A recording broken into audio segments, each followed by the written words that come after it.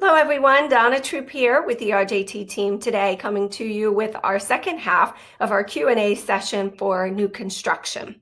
Just wanted to go over some pros and cons, just a quick overview for you. Of course, in this limited inventory that we have in the housing market today, new construction is something to consider.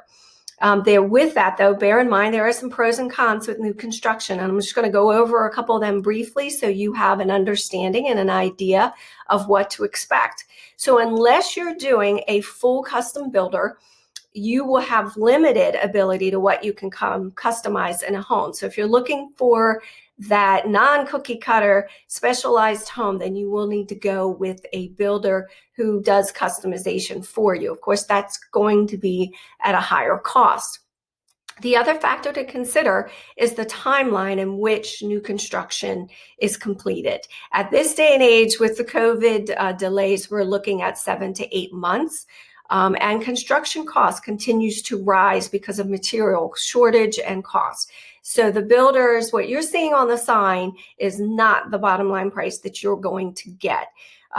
So we're always happy to sit with you during the consultation with the builder. It's good to kind of get that final number, put in it, what you want, and then we work from there, things that we may have to move.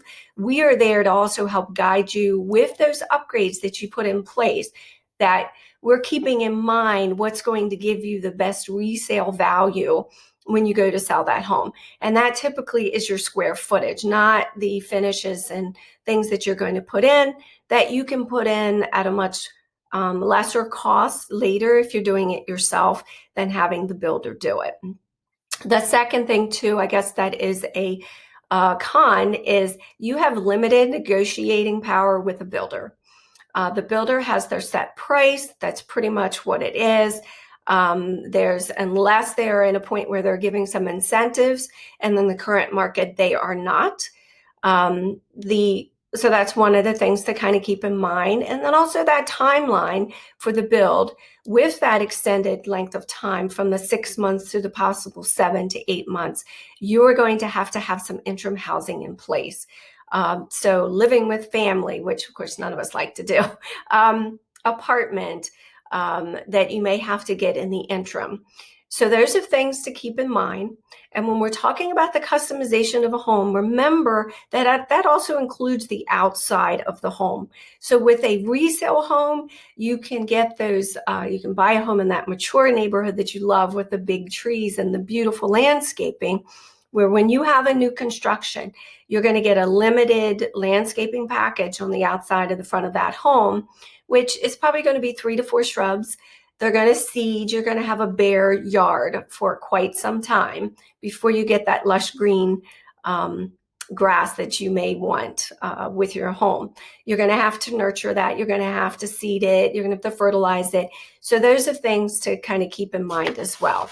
The trade-off with that, with new construction, is of course you're going to get a more energy efficient home with the energy efficient newer appliances and mechanicals, which are always beneficial to you for the bottom line of what you're going to save yearly. So that's kind of just a quick overview that I wanted to run over with you for the pros and cons of new construction. If you have particular questions that we can answer for you, please don't hesitate to reach out to us through our website or to give us a call individually. The website is rjtteam.com, and my number is 717-332-0231. And the office number is 717-757-7811. And you can reach any of us on the team. We'll be happy to help you with your new construction questions. Okay, thank you so much for tuning in today. Take care.